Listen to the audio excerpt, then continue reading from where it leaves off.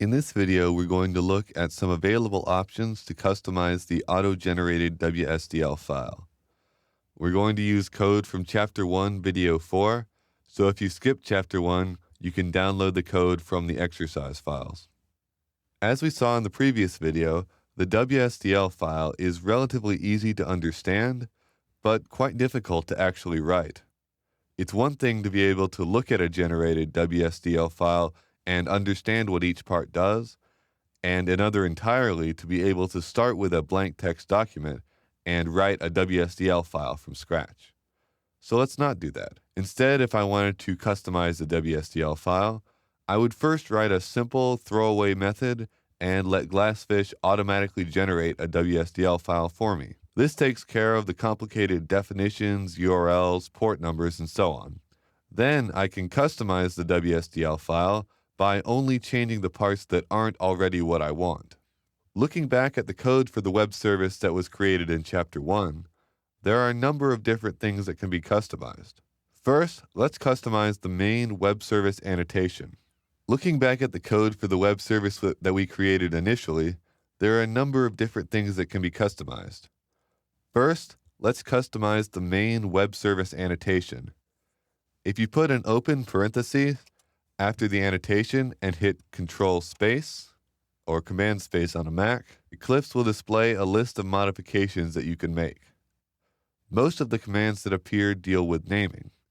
From these commands, you can change the name of the web service itself, the port, the service URL, or the package containing the service. As an example, let's change the name of the web service. The syntax here is name equals quotation marks and then the new name.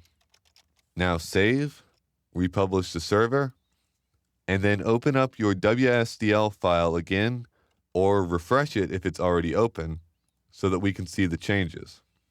Under port type, the name should be changed to the new name that you specified. The URLs in port type have also been changed accordingly.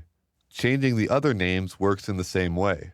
The port name field changes the name of the port displayed under the service tag.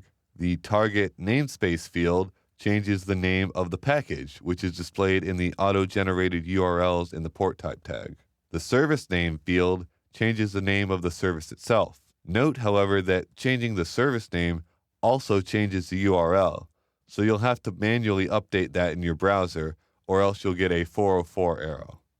Then in the URL, look for a text string equal to your current name, which in my case is Hello World Service, and simply replace it with your new name. The other customizable element is the entries for each individual method. Web methods, which are methods run as a part of web services, can be modified in several web service specific ways.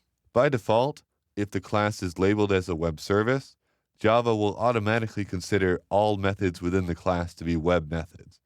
But in order to customize it, we will need to make the annotation explicit. This is done in exactly the same way as for the class. Simply go before the method you want to change and type in @webMethod.